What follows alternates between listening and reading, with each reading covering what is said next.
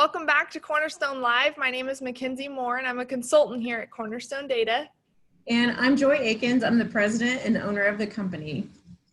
We've had such a great response to our part one of analysis of Per Aspera and Ad Astra that we're going to revisit a few of these issues in smaller pieces for our audience.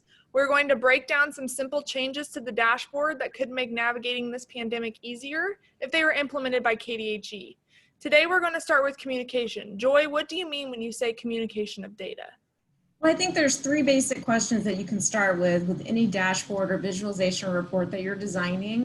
We'll look at three of those today. One would be who's the audience? Another, do the visuals match the criteria you've suggested or the benchmark? Do the reports or visuals have enough information to draw the correct conclusions?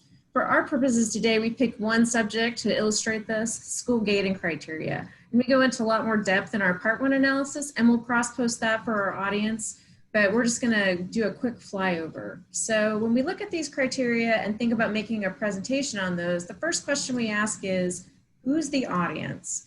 So for me, when I think about schools making decisions, my first thought as an ex-school board member is of those school board members trying to make those decisions. What about you, Mackenzie? I think of school administrators and parents, and I once worked in a school as a para, so I think of the teachers and the staff. Yeah, and another group that people don't think about a lot are the health officials that are on these COVID task forces. They're helping school administrators make opening decisions, so those are important to think about too. So now we have the audience in mind, Mackenzie. What are some key areas where the criteria and the visuals for KDHE are out of sync? Yes, so one place to highlight many of the issues here is looking at the trend in county incidents. In the gating criteria provided by the Kansas Department of Education, the colors are red, orange, yellow, and green. But in KDHE's site, they are red, gray, and blue. Color mismatches are widespread in the KDHE dashboard compared to what is shown in the gating criteria. Also in the gating criteria, the language describing the metrics is increasing, decreasing, and stable. But at KDHE site, you can see the word stable is changed to level.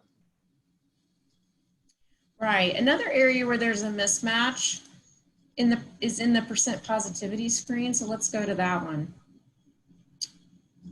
In the criteria, it clearly states that we need a 2-week county percent positive case rate. And there's a title in the KDHE website that says 2 weeks, but these are actually weekly. And so the audience has to hover over each week, like we've done here, pull out the data for that week, and then hover over the previous week, pull out that data, and then make their own calculations to get 2-week percent positive date.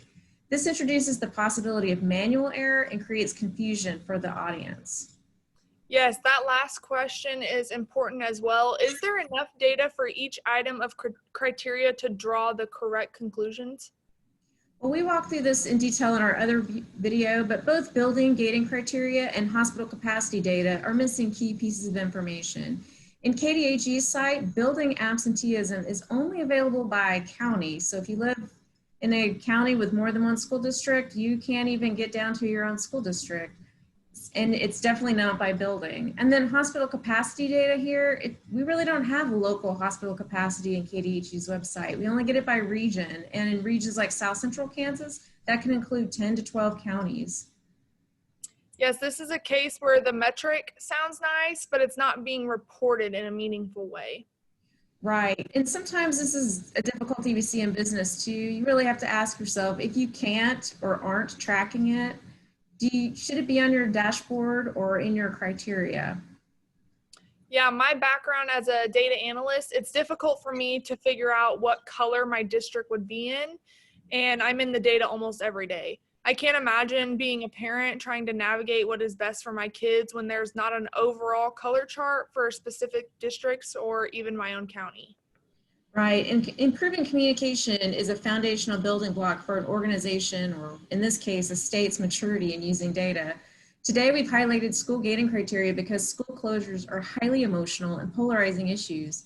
Better communication of the data behind those decisions provides insights to parents, administrators, school boards, and the rest of the public, so we can stop arguing about whether the data is right and start focusing on the issue at hand. How do we keep our public safe and provide the education we know our children require? Well, that is it for this. That is it for this video, this Cornerstone Live analysis of Per Aspera and Ad Astra Part 1. Go ahead and check out our website at www.cornerstonedata.com for more analysis. We will catch you next time. Mackenzie Moore, this is your last one, is Mackenzie Moore. I know, I'm so excited. I get married on Saturday. I'll be a Smith, finally. I know, I'm gonna miss you while you're gone, but I can't wait till you get back. I know, me neither. Oh, I forgot to stop recording. That's okay. I totally almost messed that up.